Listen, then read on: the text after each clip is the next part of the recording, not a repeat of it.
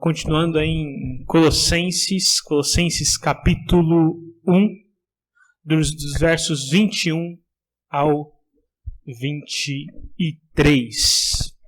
Versos 21 e 23, onde vamos falar aí a respeito não só da supremacia da pessoa de Cristo, como vimos lá há 2 semanas atrás, mas agora Paulo continua o seu argumento e fala a respeito da supremacia da obra do Senhor Jesus Cristo. Só recapitulando aí algumas coisas que já falamos nas semanas para compreendermos aí a linha de raciocínio do apóstolo, né? A igreja de Colosso, ela vinha batalhando aí com uma heresia, ela vinha batalhando com o gnosticismo, que vai se desenvolver mais no segundo século. Mas o que o gnosticismo ele defendia? Ele defendia que havia um conhecimento superior, né? Gnosis em grego é conhecimento, é o significado da palavra, e esse conhecimento superior ele promovia uma espiritualidade que nem mesmo os apóstolos detinham esse conhecimento, então era necessário algumas ações, algumas atitudes, algumas reuniões para que você alcançasse essa espiritualidade superior que era defendida pelos gnósticos. E é por isso que esse pastor, o Epáfras, ele sai de Colosso, vai até Roma, onde nessa viagem, provavelmente por buscar o apóstolo, ele também é preso, mas ele busca o auxílio do apóstolo Paulo. Por quê?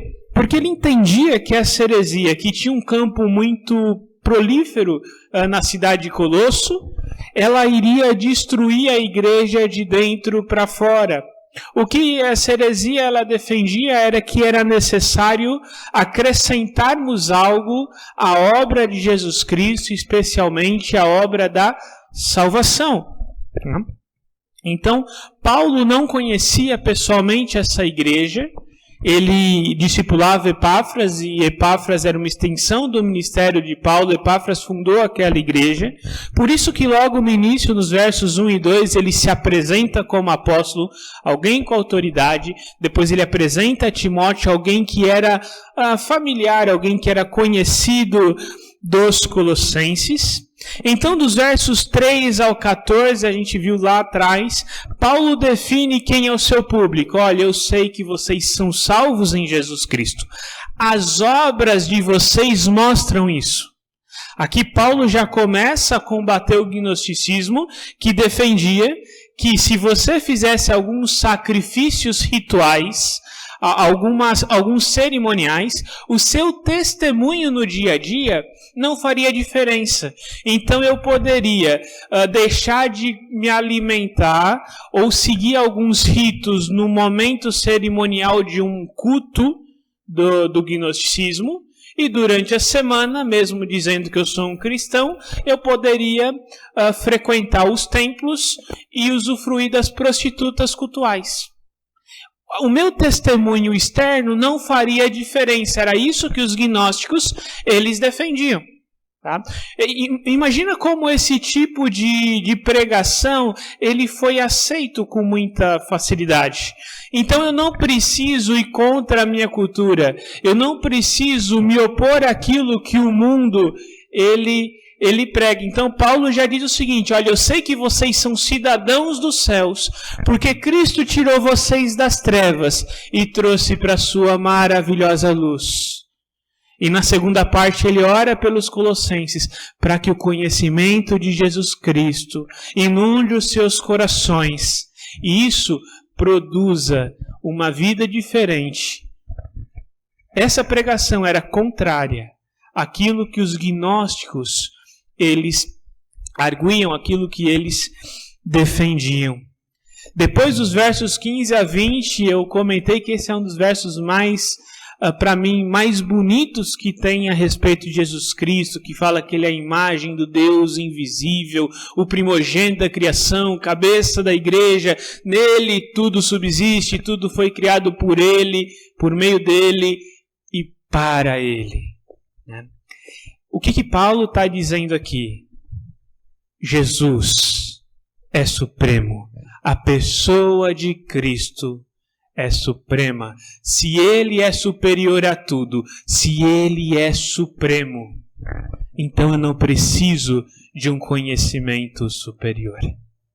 Esse conhecimento superior, ele tinha um campo aberto na cidade de Colosso por conta dos principais grupos que existiam lá. Então a gente tinha os frígios, que gostavam muito do misticismo, então uma experiência sobrenatural, um sacrifício, um emocionalismo exagerado, então isso atraía esse grupo mais místico. Por outro lado, nós tínhamos os judeus, que por si só eram ritualísticos, gostavam de sacrifícios, separavam dias.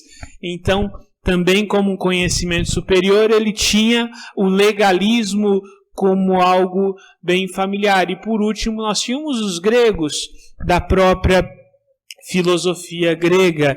E todos esses grupos entendiam que talvez Cristo não seria suficiente por um lado, e por outro, com o gnosticismo, eu poderia viver a minha vida em sociedade, a minha vida em comunidade, da forma que eu sempre vivi. Eu não precisaria ter uma vida diferente como um cristão, desde que eu participasse desses ritos. E aí Paulo, concluindo que Jesus ele é supremo, ali no verso 20, ele já começa a introduzir a salvação e ele começa a argumentar com os colossenses que a obra de um Cristo supremo também é uma obra suprema. Suprema em que sentido? Ela é superior. Ela é superior a qualquer coisa.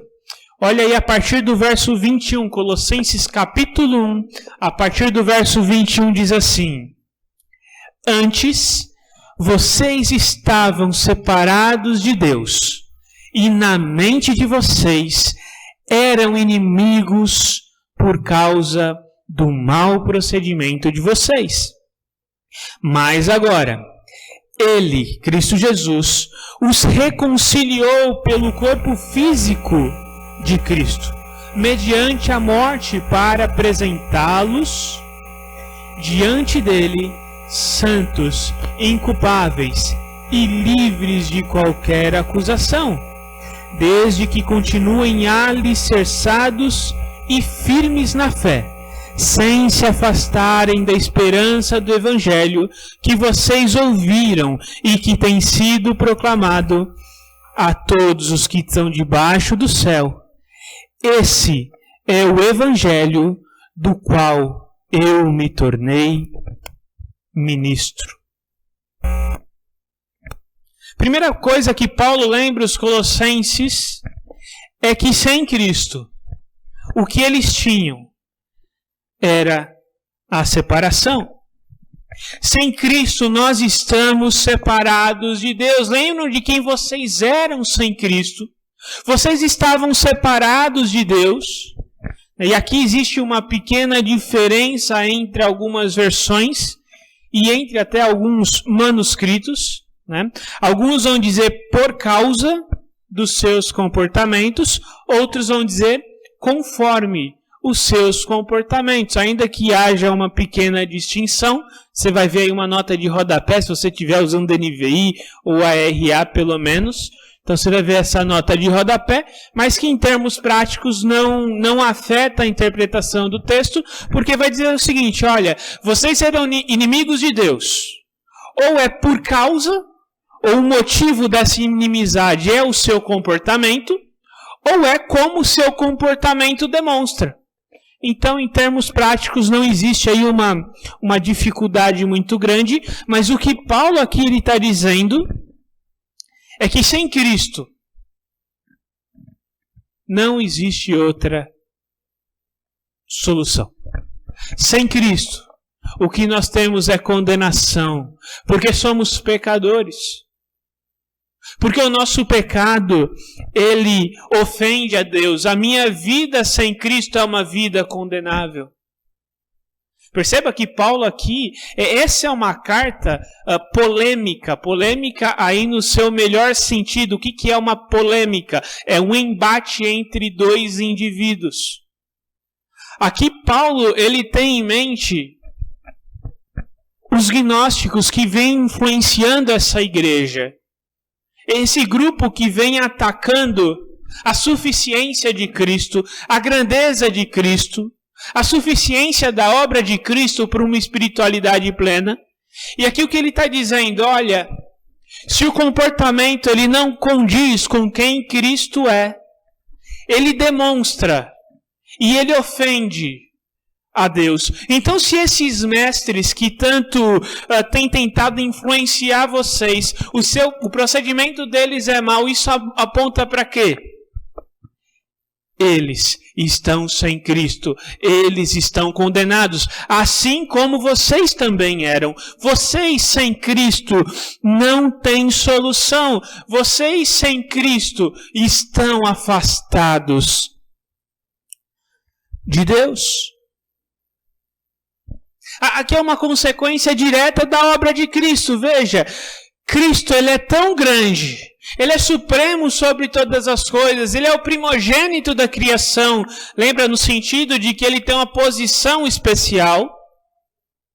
Mais uma vez, por que usar o supremo como posição especial? Ele está combatendo o gnosticismo, em que rebaixava a posição de Jesus. E Paulo lembra, olha, a posição de Jesus é suprema, Jesus é supremo. Então a sua morte e ressurreição, ela é central na fé cristã e é uma obra superior a qualquer obra. Essa obra de Jesus, ela é grande demais para ser comparada com qualquer outra coisa, seja ritos religiosos, sejam filosofias humanas. E nada pode se igualar a essa obra, nada chega nem perto dessa obra. Essa obra é superior a qualquer coisa. De modo que sem isso, estamos absolutamente afastados. Se há qualquer grupo que diminui a obra de Cristo, ou apregou a necessidade de acrescentarmos qualquer coisa à sua obra, o que eles estão fazendo hoje, e há grupos assim ainda hoje, eles estão simplesmente repetindo o que os gnósticos falavam lá nos anos 60. Né? Não nos anos 60, quando tinha o Black Power, aquela coisa toda, 1960, não. Lá no ano 60 da era cristã. Eu sempre falo que eu não gosto muito dos hereges modernos que a gente conhece. Por quê? Porque eles não são criativos. Né? Os hereges antigos, eles inventavam coisas novas e realmente acreditavam naquilo que eles pregavam. Não é? A gente tem o combate de Agostinho lá. O camarada era tão bom que defendia que a santidade e que ele não era pecador desde o nascimento, mas ele tinha um testemunho tão bonito que as pessoas realmente falavam, olha, eu estou achando que esse cara, não é, Pelágio, ele deve estar certo, porque olha a vida dele. Os hereges modernos não, eles nem defendem direito que eles creem. Quando eles são confrontados, eles falam que foram mal interpretados, são vítimas, né, de todos os fundamentalistas, e fica por isso. Então gosto mais dos hereges antigos. Né? E hoje as heresias elas são repetição do que a gente vê na história. Por isso que olhar para um texto como esse nos ajuda, né? Serve como uma vacina. Está na moda agora esse negócio de vacina, né? O pessoal está até escolhendo vacina, né? Eu nunca nem sabia que tinha diferença de vacina na minha vida. Eu ia lá, achava que todo mundo vinha do Zé Gotinha, né? Todas as vacinas tinham a mesma origem. Agora eu já descobri que não, tem várias. Então isso funciona como uma vacina. Eu conheço o que os hereges antigos faziam, eu tenho o remédio dado pela doutrina apostólica e eu me mantenho firme na fé em Cristo Jesus. Essa fé que sobreviveu a impérios, sobreviveu a governos, sobreviveu a hereges e há de se manter até a eternidade, porque é uma palavra eterna. Paulo posiciona os Colossenses e fala assim, lembram de quem vocês eram. Vocês estavam afastados de Deus e o seu comportamento mostrava isso. Agora, o que nós temos em Cristo? Em Cristo, nós temos a redenção. Olha comigo lá o verso 23. Não, 22 ainda, tá? Mas agora ele os reconciliou pelo seu corpo físico em Cristo, mediante a morte. Em Cristo, nós temos reconciliação. Eu só posso ser reconciliado com Deus, não na medida em que eu sou uma boa pessoa. Se esse fosse o critério, eu creio que haveriam não cristãos, né, se é possível ser mais salvo, né, mais salvo do que muito cristão, pelo seu testemunho, pela sua conduta. Né, gente que a gente olha e fala assim, esse aí é crente, né, só falta crer em Jesus. Mas isso não é suficiente. Um rito religioso, eu me abster de comer carne. E aqui o contexto mais judaico, né? Eu me abster de comer carne de porco. Às vezes me perguntaram, comer carne de porco, pastor, é pecado? Eu falei assim, não, pecado é não comer, né? Porque é uma delícia carne de porco. Deve ser pecado não comer carne de porco. Não, eu me abster da carne de porco, ou separar um dia específico, ou me isolar, me abster da alimentação, ou de qualquer outra coisa, para dizer, olha, eu sou mais espiritual porque eu faço isso ou aquilo. Nada disso alcança a salvação. O único meio é a pessoa bendita de Jesus Cristo. Não existe outro mecanismo, não existe outro meio. Por quê? Ele explicou nos versículos anteriores. Porque ele é o primogênito da criação, porque ele é o primogênito da igreja, ele é o cabeça da igreja. Todas as coisas foram feitas por ele. Esse Jesus eterno, que não só participou da criação, mas também é o propósito da criação, e que nele todas as coisas subsistem, um Deus tão grande assim, ele se faz carne, ele habita entre nós, e ele morre, em meu e em seu favor. Esse é o paradoxo do Evangelho, que não se encaixa em nenhuma cultura. Não sei se você gosta aí da cultura viking, né? Eu gosto da cultura viking, os deuses, né? Se você assiste um pouquinho mais de Marvel, você está familiarizado talvez só com dois deles, né? Thor e o irmão, que agora me fugiu o nome, o Loki, né? Com Thor e com Loki, mas tem N deuses. Numa cultura nórdica, você falar que um Deus é poderoso, ele é poderoso na medida em que ele mata alguém cruelmente. Ele é poderoso na medida em que ele é um guerreiro. Odin, o grande deus nórdico, ele era o maior guerreiro e por isso ele é exaltado. E um guerreiro viking, ele amava, ele queria morrer em batalha para poder estar no salão de Odin e matar e morrer todos os dias da sua vida. Olha que beleza, né, de pós-morte. Imagina nessa cultura um Deus poderoso que morre em meu e em seu favor. Faz sentido? Se a gente olha para a cultura grega, Zeus, o grande Deus, ele era poderoso a ponto de fazer um monte de burrada e ninguém falar nada. É ele que, junto com Poseidon e Hades, os três principais deuses da cultura grega, e aqui a gente está no ambiente da cultura grega, eles derrotam Cronos e os titãs.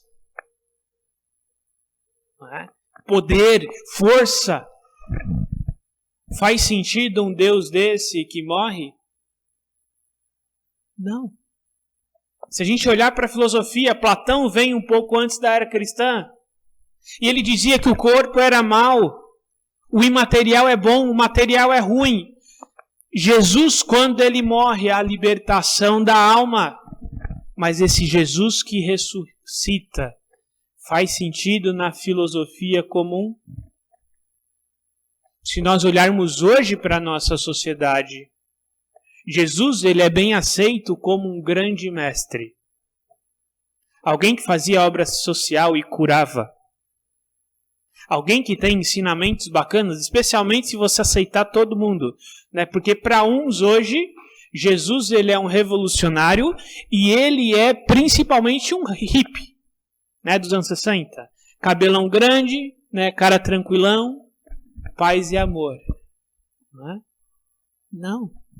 Quando a gente mostra um Jesus poderoso, que vem para conquistar, que vem para instituir o seu reino, um Jesus que governa, um Jesus que reina no meu e no seu coração, um Jesus que é Deus e que é Criador, que é eterno. Bom, isso já também não faz sentido mais na nossa sociedade. Porque Jesus, ele é um paradoxo. O Evangelho, ele não pode ter vindo, ele não pode ter sido produzido por mente humana, por mão humana, porque se assim fosse, ele não teria sobrevivido um século. Nem mesmo no século em que ele começou, ele teria sobrevivido. Ele não teria sobrevivido à perseguição do maior império do seu tempo. E talvez o maior império que já existiu. Eu não sei se existiu na face da Terra um império tão poderoso quanto o Império Romano. Tivemos aí Império Otomano, Império Chinês em alguns períodos, tivemos Império Sírio, Assírio, e o Macedônio, tantos outros, mas o Império Romano durou por quase 1 milênio. Se você pegar da ascensão à queda. E quando ele se opõe ao cristianismo, ele ainda estava na sua ascensão. Depois vem reis no período da era medieval, alguns que também se oporam à fé. E o maior desafio à fé, na verdade, não foi a oposição externa, mas é justamente quando o governo e a fé se alinham. Parece que a fé cristã ela sofre mais risco, não quando a oposição ela é externa, mas quando a oposição ela é interna e temos período de maior tranquilidade. Por quê? Porque acrescentamos objetos à fé que não lhe fazem parte. Eu, como pastor, não sou assim forte à toa, né? O meu porte físico ele não é assim forte à toa. Eu brinco que o evangelho é semelhante a uma Coca-Cola gelada num dia quente. Né? Tem coisa melhor que Coca-Cola. Eu, inclusive, defendo que o rio da água viva que vai ter no céu é de Coca-Cola.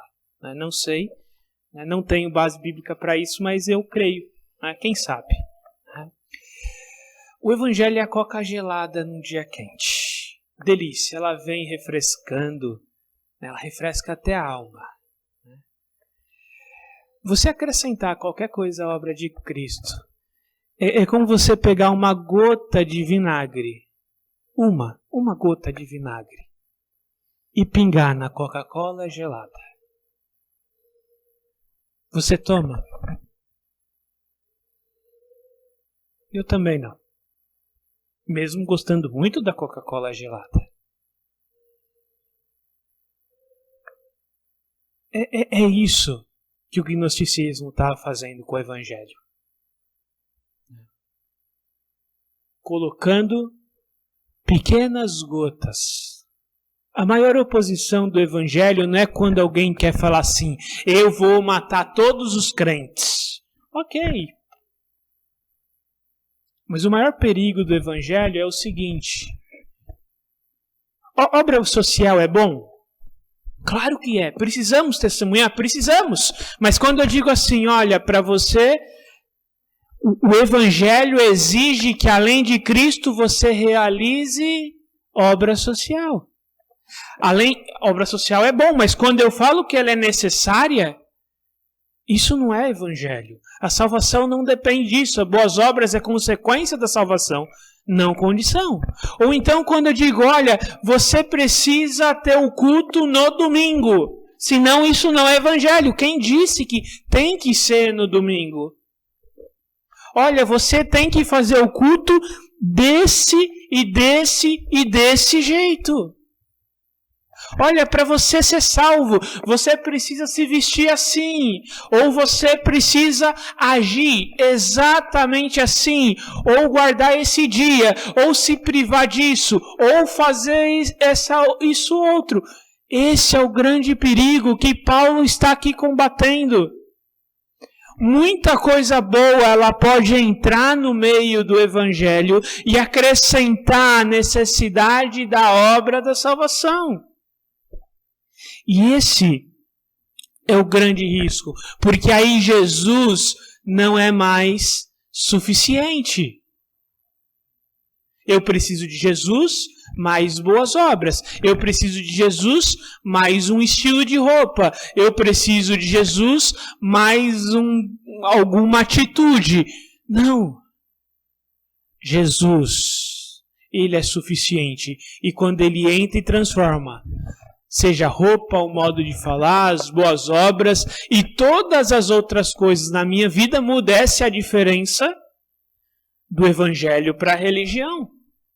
De modo geral, na religião, eu realizo boas obras, eu faço alguma coisa para ser aceito por Deus. O evangelho, eu primeiro fui aceito pela obra de Jesus Cristo, que é suprema. O resto é consequência. Como a gente vai ver quando chegarmos no capítulo 3 de Colossenses, Paulo vai lidar exatamente com isso. Não adianta um líder falar que ele é transformado por Cristo, que ele tem essa espiritualidade e não viver de acordo. Mas a vida, ela é consequência, ela não é condição. E ele lida um pouquinho com isso no verso 23. Vou ler um pouquinho antes do partir do 22, porque o 23 ele está conectado. Mas agora ele reconciliou pelo corpo físico em Cristo, mediante a morte, com o propósito de apresentá-los diante dele, santo, inculpável e livre de qualquer acusação, desde que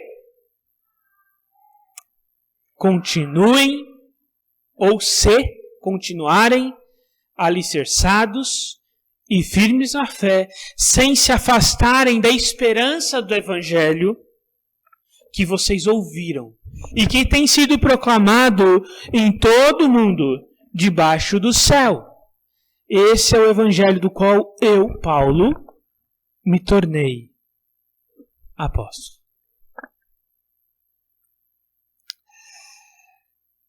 E aqui tem uma palavrinha complicada, né? Essa palavrinha desde que, ou senão. Será que Paulo está dizendo aqui que se os colossenses, que ele disse que eram do evangelho, que eram povo de Deus, não se mantiverem firmes em Cristo, ele está dizendo aqui que eles vão perder a salvação? O que Paulo está querendo dizer aqui? Né? E aí a gente se divide em dois grupos, né? Os primeiros, os monergistas ou calvinistas, né, vão dizer não. Esse desde que não é condicional. Na verdade, isso vai revelar. Eles afirmam. Então, assim, se ele se manter firme, quer dizer que ele foi salvo. Se ele não se mantiver firme, quer dizer que ele nunca foi. A gente só tem um problema. Eu li vários comentários E todos os comentários gramaticais não dão essa possibilidade de interpretação. Aí eu comecei, como um bom calvinista, a ficar preocupado, né? O outro grupo, o sinergista, vai dizer, olha, eles vão perder a salvação, porque se não manter firme, eles não vão ser salvos. E me parece que ambos os grupos, por estarem preocupados com o seu grupo doutrinário, com as suas posições, não se preocuparam tanto com a carta em si. Eu acho que ambas as interpretações, elas levam mais em consideração o que eu creio do que o texto está dizendo. Por quê? Veja só, desde que ele não está tratando aqui especificamente da salvação. Ele veio falar assim, mediante a morte, ok, aqui ele falou de redenção. Para quê? Para apresentá-los santos, inculpáveis e livres de acusação. Aqui Paulo está começando a falar de uma vida diferente de santidade, de ser irrepreensível, de modo que ninguém possa repreendê-los publicamente ou em particular, e que vocês não possam ser acusados de nada. O que Paulo está dizendo é o seguinte, olha, de fato, na medida em que eu me mantenho firme em Cristo Jesus, no Cristo verdadeiro, né, para ficar bem gravado, né, na Coca-Cola do Evangelho, né, não aquela mistura que às vezes a gente pode fazer, não, no Evangelho puro, que transborda a alma, que restaura, que dá paz sobre todo entendimento, que é unificado na pessoa de Cristo, que é suficiente. Quando eu me mantenho firme nele, eu tenho santidade. Eu tenho uma vida irrepreensível. Que Paulo está falando o seguinte, olha, esses falsos mestres, eles não têm uma vida irrepreensível. Eles são dignos de acusação. Eles não têm uma vida separada por Deus. Por quê? Porque eles não se mantém firme no Evangelho. Eles não são uma forma diferente de Evangelho, uma forma promovida de Evangelho, né, como se tivesse aí um bônus. Não. O que eles pregam é um falso Evangelho. E a conduta deles, a vida deles, mostra isso. Agora vocês, que fazem parte do Evangelho, na medida em que vocês estiverem firmados em Cristo, ou seja, numa forma condicional, desde que vocês estejam alicerçados e firmes na fé, sem se afastarem em nada do Evangelho verdadeiro, que é Cristo morto, ressurreto, e na esperança da sua volta, e ele menciona exatamente essa esperança, né, ali, sem se afastarem da esperança, ou seja, creem na morte de Cristo, redentora, substitutiva, creem na sua ressurreição em poder e glória, e que um dia ele voltará. Se vocês não se afastarem desse Cristo e desse Evangelho, então vocês vão ver a sua vida santa. Santa em que sentido? Separada, diferente, sem culpa e sem motivo de acusação. Quando eu estou alicerçado no Evangelho, eu envergonho aqueles que desejam me condenar, na medida em que eles não têm motivo para isso. Quando eu vejo um texto como esse, eu me lembro muito da história de Daniel, por exemplo, né? Os seus opositores queriam condená-lo de alguma forma, eles precisaram mudar a lei para que Daniel fosse alguém condenável. Será que se você for lá na empresa que eu tenho, lá com os meus clientes, e conversar com eles, será que você vai achar um motivo de condenação em mim? Ou será que eu sou alguém irrepreensível? Se eu for no seu ambiente de trabalho, né, a boa parte aqui trabalha em escola, né, fiz a conta aí, estava fazendo a conta do dia, mais ou menos metade da igreja trabalha em escola, né? Se eu for lá na sua escola, quem trabalha em escola, alguns ainda estudam, né? For lá na sua escola, você vai ser alguém irrepreensível? Se eu for no condomínio que você mora, se eu for conversar com seu pai, sua mãe, seus filhos. Eu me lembro uma vez, eu estava dando aula para crianças de 3 anos. Tá? Se você quer ser crente meia boca, tá? Não tenha filhos. Por quê? Vou explicar agora. Estava lá, dando aula para criança de 3 anos, e a criança virou para mim: tio, eu queria ficar na igreja todos os dias. Ué, eu já, né, o meu orgulho, cara, eu devo ser um baita de um professor, né? Concorda? Agora eu quero massagear o meu ego.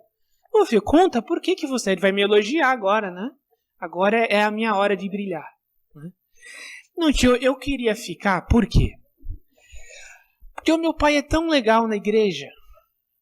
Ele me abraça, ele abraça a minha mãe, ele faz carinho. E em casa ele só briga com a minha mãe, né? Ele me xinga, ele bate na minha mãe. Detalhe, ele era filho de um diácono da igreja. Aí eu pensei, né, como eu gostaria de não ter ouvido isso. Por quê? Porque se eu não tivesse ouvido, eu não precisava fazer nada. Mas como eu ouvi, eu também não queria fazer nada. Aí o que eu fiz? Né, na época eu não era pastor, eu era só um adolescente. Chamei o pastor e falei: pastor, agora o problema é seu. Percebe? Então, se você quer ter uma vida meia boca, não tenha filhos, porque o seu filho vai te entregar. Ele tinha uma vida repreensível em casa. Em casa. Depois foi descoberto que quase batia na esposa. Umas coisas muito doidas. Que ninguém sabia. Ninguém imaginava. Agora, como que eu tenho uma vida que é irrepreensível? Não existe outro jeito de eu ter uma vida irrepreensível que não seja quando eu estou conectado, usando uma linguagem mais joanina, né? Quando eu estou conectado à fonte, à árvore. Se não me engano era a videira, a árvore, né? Lá em João, capítulo 11, 12, 13, por aí. Eu preciso estar alicerçado em Cristo. Na medida em que eu estou alicerçado em Cristo, essa obra, ela tem um efeito completo em mim. E a minha vida, ela é transformada. O que Paulo está falando é o seguinte: nós não podemos acrescentar nada à obra de Jesus Cristo. Mas quando essa obra, ela me impacta, e eu estou alicerçado na pessoa bendita de Jesus Cristo,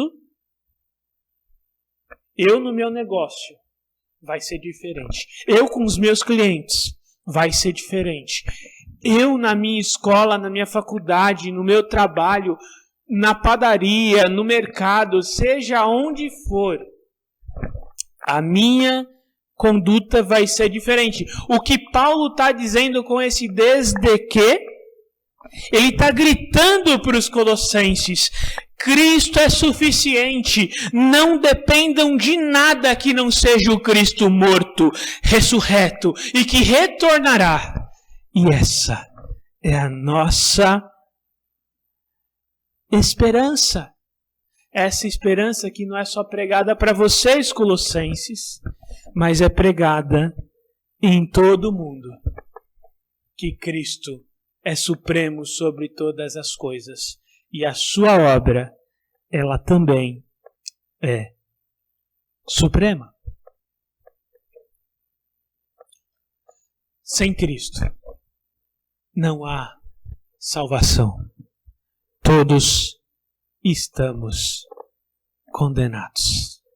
Não existe outro meio de salvação. É isso que esse texto está dizendo, versículo 21. Lembra que vocês eram sem Cristo. Sem Cristo é separação. Deus não é politicamente correto. Talvez durante essa semana poderíamos dizer que Deus ele é cringe, né? Aí um debate entre os adolescentes, quem é chato, quem não é. As coisas muito... Até agora eu não sei direito o que isso significa, mas vamos seguir em frente, né? Porque acho que eu não tenho mais idade para entender essas coisas, né? Mas Deus não é politicamente correto. Cristo é o único caminho. A obra de Cristo, ela é superior a qualquer coisa. Não existe conduta, não existe cerimonial, não existe cultura. Cristo é superior a qualquer posição, seja você o presidente de uma instituição, de um país, ou qualquer outra coisa. Cristo é superior. Cristo é superior que qualquer filosofia humana. Seja você mais libertário, mais estadista, seja você mais conservador, ou mais progressista, ou qualquer filosofia que alguém inventar de vida, de história, Jesus é superior. E a fé cristã, ela não vai se enquadrar em nenhuma filosofia. No dia em que você fala assim, olha, achei a filosofia em que a fé cristã se encaixa de modo perfeito, provavelmente você conformou a fé cristã naquilo que você gostaria que ela estivesse ajeitada. E é muito fácil fazermos isso, né?